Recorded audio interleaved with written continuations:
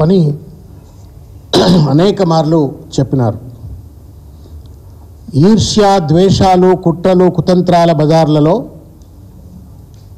ప్రేమ దుకాణాలు నేను తెరుస్తా అని చెప్పని ప్రజలను నమ్మించి వంచి ఓట్లు దండుకొని అధికారంలోకి వచ్చిన తర్వాత ఇవాళ ఒక విద్వేషభరితమైనటువంటి, కుట్రభరితమైనటువంటి, కుతంత్రభరితమైనటువంటి పోలీసులను పాలెగాళ్లుగా మార్చుకొని, ఒక ప్రైవేట్ ఆర్మీగా రేవంత్ రెడ్డి పోలీసులను మార్చుకొని ఇవాళ ఒక పోలీసు రాజ్యాన్ని ప్రజాపాలన పేరు మీద ఇవాళ కొనసాగిస్తున్నటువంటి ఒక విషయాన్ని లోతుగా తెలంగాణ సమాజం దయచేసి ఆలోచించాలా, పోలీసు మిత్రులు కూడా ఆలోచించాలని చెప్పని కోరుతా ఉన్నాను.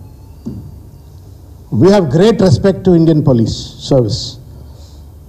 You are the custodians of the constitution. మీరే లేకపోయినట్టయితే ఈ దేశంలో, ఈ రాష్ట్రంలో శాంతి భద్రతలు అనేటువంటి ఉండవు. రాజకీయాలకు అతీతంగా, అధికారంలో ఉన్న పార్టీలకు అతీతంగా రాజ్యాంగానికి లోబడి పనిచేయాల్సిన ఒక పోలీసు ఇవాళ దుర్మార్గమైనటువంటి ఒక రీతిలో ఇవాళ రేవంత్ రెడ్డి యొక్క ఫత్వాలకు లోబడి వాళ్ళ పనిచేస్తూ ఒక పాశవికమైనటువంటి ఒక పోలీసు అణచివేతకు ఇవాళ తెలంగాణ రాష్ట్రాన్ని నిలువెత్తు దర్పణంగా మార్చినట్టు ఒక వైనాన్ని బీఆర్ఎస్ పార్టీ నుండి మేము తీవ్రంగా ఖండిస్తూ ఉన్నాం. ఒక ఆయన ఎవరో పెద్ద మనిషి అన్నారు,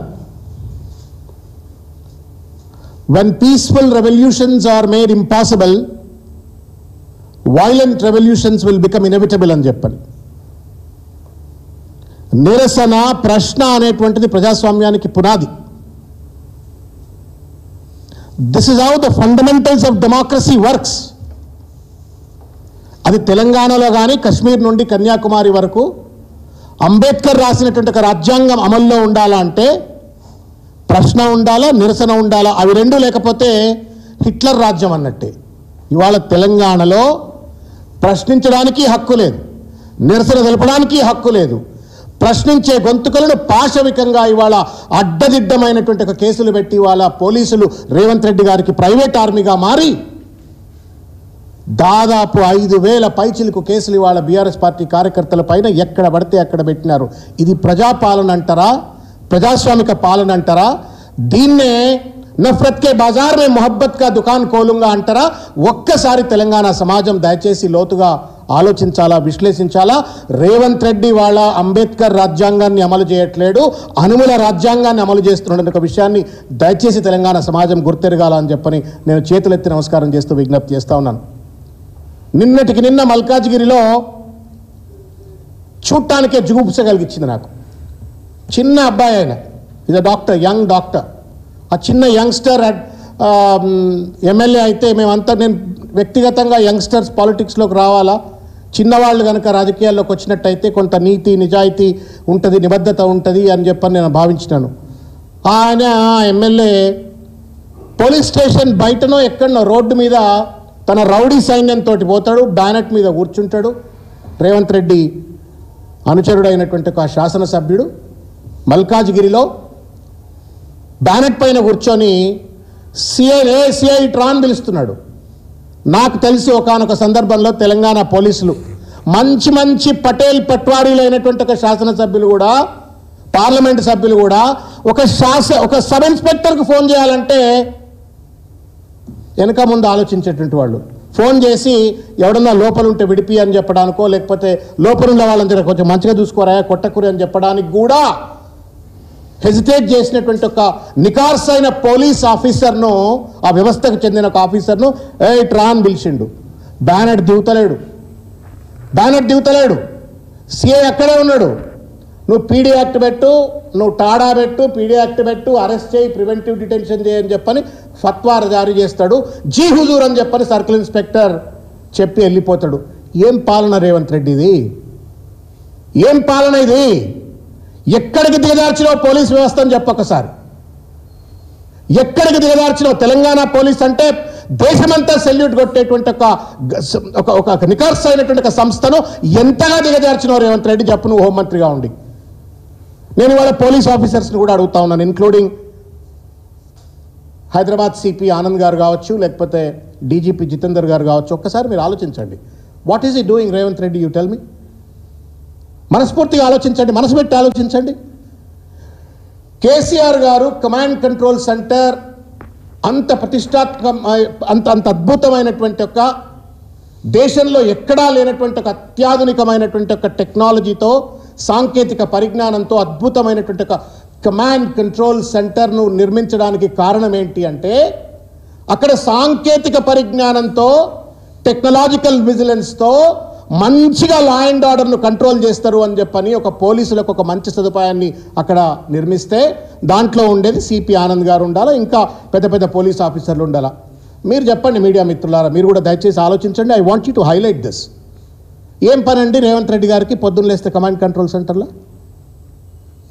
పబ్లిక్ పాలసీ రివ్యూ మీటింగ్ల పేరు మీద కమాండ్ కంట్రోల్ సెంటర్లో కూర్చొని పోలీసులు అజమాయిష్ చేస్తూ ఉన్నాడు. ఆయన ఒక్కడే పోట్లే ముఖ్యమంత్రిగా, చెంచగాళ్ళంతా ఎంబడిపోతారు. ముఖ్యమంత్రికి సెల్యూట్ కొట్టాలా, చెంచగాళ్ళకి సెల్యూట్ కొట్టాలా? What a pathetic situation is this? What a fall of police. ఒక ఐపీఎస్ ఆఫీసర్లు పెద్ద పెద్ద పరీక్షలు రాసి పెద్ద పెద్ద హోదాలో కూర్చున్నటువంటి వాళ్ళు ముఖ్యమంత్రికి సెల్యూట్ కొట్టి ముఖ్యమంత్రి ఎంబడొచ్చే చెంచగాళ్ళకి సెల్యూట్లు కొట్టుకుంటా ఆ కమాండ్ కంట్రోల్ సెంటర్ని ఇవాళ అది క్రిమినల్స్ కంట్రోల్ సెంటర్ అది. బట్ క్రిమినల్స్ అంతా అందులో ఇవాళ రేవంత్ రెడ్డి ఎంబడిపోయి అడ్డాగా మారుస్తున్నట్టు పరిస్థితి చూస్తూ ఉన్నాం. పోలీస్ వ్యవస్థ దిగజారిపోయింది. నేను ఒట్టి ఆరోపణలు చేయట్లేదు. I'm going to get in to certain data. ఈ మాట చెప్పడానికి నేను సర్టన్ డేటా చెప్తా ఉన్నాను. ఇవాళ 2024లో సైబర్ క్రైమ్స్ ఎక్స్ప్లోడెడ్ బై 43.33%. 25,184 కేసులు కేవలం 11 నెలల కాలంలో, అంటే జనవరి 1924 నుండి నవంబర్ 2024 వరకు there is an increase compare to the last year, previous year. 43% పెరిగిపోయింది. సిగ్గుండాలా ముఖ్యమంత్రి గారికి. ఆ హోంశాఖను రివ్యూ చేయకుండా కేవలం సోకులకు సెల్యూట్లు కొట్టించుకోవడం కోసం, కాన్వాయిలు నడిపించుకోవడం కోసం, పోతుంటే రోడ్ల మీద ట్రాఫిక్లను ఆపిచ్చేసి ఇష్టం వచ్చినట్టుగా బారాతులు తిరిగినట్టుగా రోడ్ల మీద తిరగడం కోసం పోలీసును వాడుకుంటున్న ముఖ్యమంత్రి గారు, can you answer why there is an upsurge in cyber crimes, that to a 43% only in 11 months in 2024? ఇప్పటిదాకా తీస్తే ఇంకెంత పెరిగిందో లెక్కలేదు. ఈ సైబర్ క్రైమ్స్ పేరు మీద రిపోర్టెడ్ లాస్ 1000 కోట్ల, దగ్గర 900 నుండి 1000 కోట్ల రూపాయలు అని చెప్పనంటున్నారు. ఇది రేవంత్ రెడ్డి గారి యొక్క ఘనాపాటి హోంమంత్రిత్వ శాఖను చేసిన ఒక పని. ఇకపోతే దొంగతనాలు 29,709 దొంగతనాలు 11 నెలల్లో. Business fraud 25,995. దీనికి పోగా సోనియా గాంధీ గారు ఆ పార్టీకి జాతీయ అధ్యక్షురాలుగా ఉన్నటువంటి ఒక పార్టీలో ఉన్నటువంటి ఒక రేవంత్ రెడ్డి అధికారం చెలాయిస్తూ మహిళల పట్ల ఆయన ప్రభుత్వం ఎంత హేయభావంతో ఉంది అనడానికి నిదర్శనం ఏంటి అంటే crimes against women rose by 4.8%, 19,922 in 11 months of time in 2024. Shame on you, Mr. Revanth Reddy. Unfortunately, I had to also say shame on Police Telangana. దానితో పాటుగా రేప్స్ 28.94% రేపులు పెరిగినాయి. అంటే దాదాపు 11 నెలల కాలంలో ప్రతిరోజు 8 రేపులు. ఇది రేవంత్ రెడ్డి గారి యొక్క హోంమంత్రిగా కొనసాగుతూ రేవంత్ రెడ్డి గారు సాధించిన ఘనాపాటి విజయం. ఒక పక్కన కేసీఆర్ గారేమో ఆడవాళ్లపై కన్నెత్తి చూస్తే గుడ్లు బీకేస్తా అన్న ముఖ్యమంత్రి నుండి అధికారం చేజిచ్చుకున్న రేవంత్ రెడ్డి వాళ్ళ 11 నెలల కాలంలో 24లో ప్రతిరోజు 8 రేపులు సాధించినాడు. Kidnapping of women rose by 26.92%. Murders of women increased by 13.3%. ఇది రేవంత్ రెడ్డి గారు సాధించినటువంటిది.